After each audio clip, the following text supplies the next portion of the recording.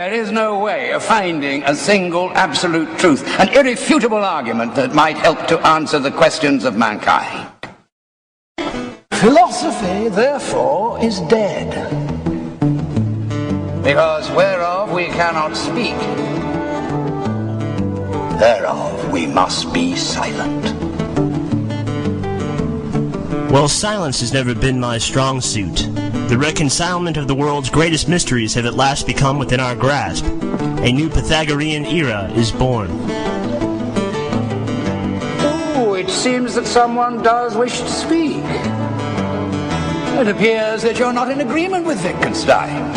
That means either you have found a contradiction in the arguments of the Tractatus, or you have an absolute truth to share with us all. I believe in the number pi. Sorry, I didn't understand you. What was it you said you believed in? In the number pi, in the golden section, the Fibonacci series. The essence of nature is mathematical. There is a hidden meaning beneath reality.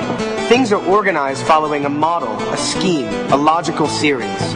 Even the tiny snowflake includes a numerical basis in its structure. Therefore, if we manage to discover the secret meaning of numbers, we will know the secret meaning of reality.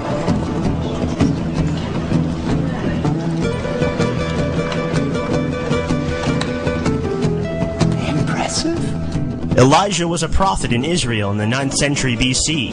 He appears in the Hebrew Bible, Talmud, Mishnah, Christian Bible, and the Quran. According to the Book of Kings, Elijah raised the dead, brought fire down from the sky, and ascended into heaven on a chariot.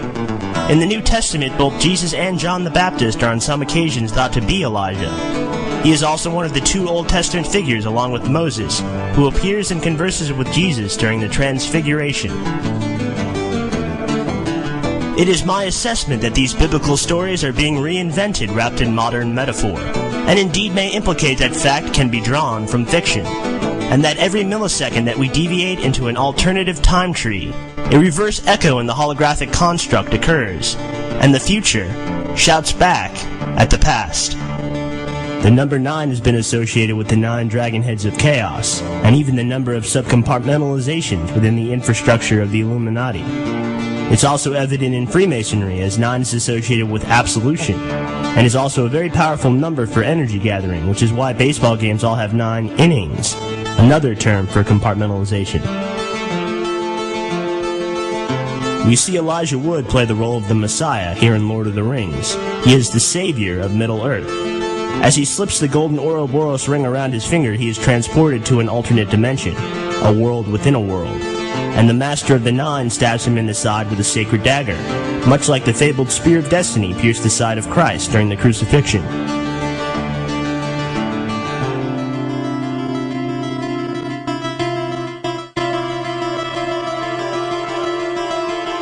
The Joker card has been turning up a lot lately as well, with the recent death of Heath Ledger, who plays the role of the Joker in the latest Batman film. Brandon Lee, who starred in The Crow, was also killed while filming a movie that required him to wear the makeup of the Jester. These deaths are intended to be markers in a computer program we call the universe.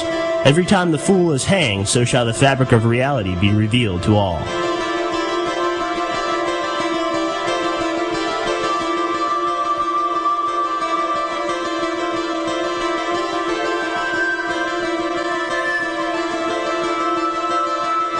In Batman Begins, Liam Neeson's character plays the role of the leader of an organization called the League of Shadows, aka the Illuminati. Supposedly, every time society has reached the pinnacle of its cultural toxicity, and when suffering and criminal tolerance has reached the breaking point, the League of Shadows reacts by destroying said civilization and bringing about the return to balance, the return of equilibrium. Like Constantinople or Rome before it, the city has become a breeding ground for suffering and injustice. It is beyond saving and must be allowed to die. This is the most important function of the League of Shadows. It is one we performed for centuries. Gotham must be destroyed. In the film Deep Impact, Morgan Freeman acts as our president, another reverse time echo to the Obama presidency that may possibly be looming in our current timeline.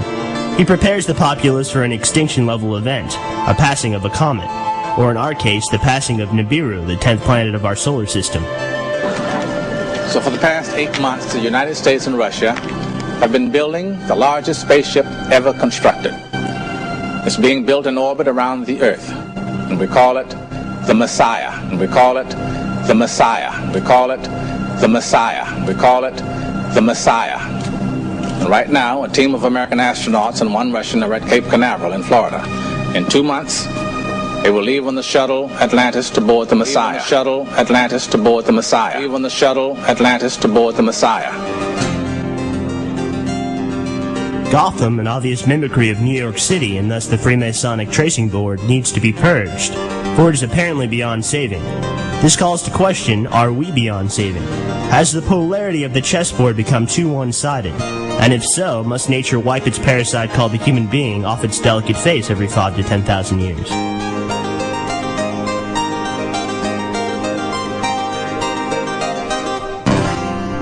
The Obama-Morgan Freeman relationship is a clusterfuck of Newtonian superimposition as well as time echoes.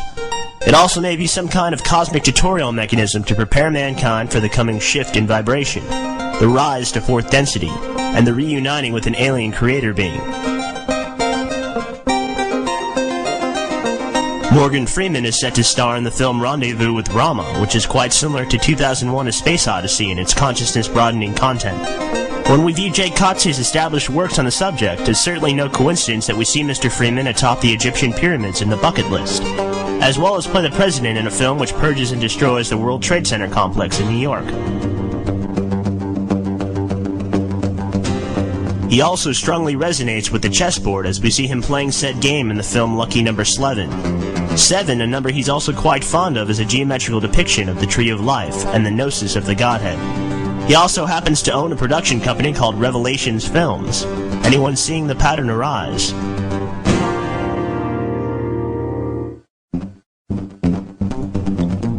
Freeman plays God in the film Bruce Almighty and actually ascends through a door of light, a supposed stairway to heaven reminiscent of Huxley's Doors of Perception.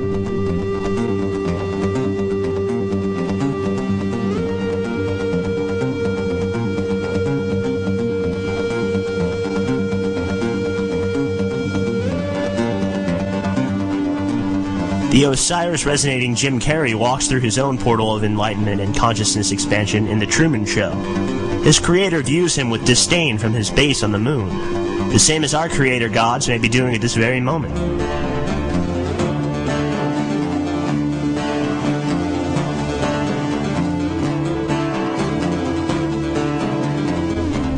Obama may be the polar opposite of Freeman in that he is a wolf in sheep's clothing and the perfect New World Order puppet to carry out what the collective consciousness has been asking for years: Armageddon, the death and rebirth of all things.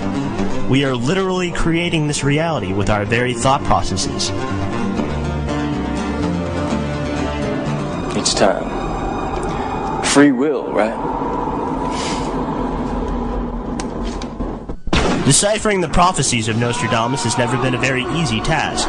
However, he's made it quite clear who he feels the third Antichrist is going to be. He mentions the code word Mabus, M-A-B-U-S. If read from a mirror, it says Subom. Now hide the S and you have Ubom. When mentioning Hitler as his second Antichrist, he uses the letter S to hide the code Hister. So assuming that the letter A could be moved anywhere in this particular code, you would have Ubama. As our Antichrist/Messiah, Keanu Reeves transforms into angelic form over a checkerboard in The Devil's Advocate, we truly see the black and white polarity of a holographic message beginning to form. Part 2 of this presentation will arrive next week. Thanks so much for all of your support. Don't ever let him see you coming. That's the gaff, my friend. You gotta keep yourself small, innocuous. Maybe the little guy. You know, the nerd, the leper, shit-kicking surfer. Look at me. Underestimated from day one. You'd never think I was a master of the universe now, would you? Crime, despair. This is not how man was supposed to live. The League of Shadows has been a check against human corruption for thousands of years. We sacked Rome, loaded trade ships with plague rats, burned London to the ground. Every time a civilization reaches the pinnacle of its decadence, we return to restore the balance.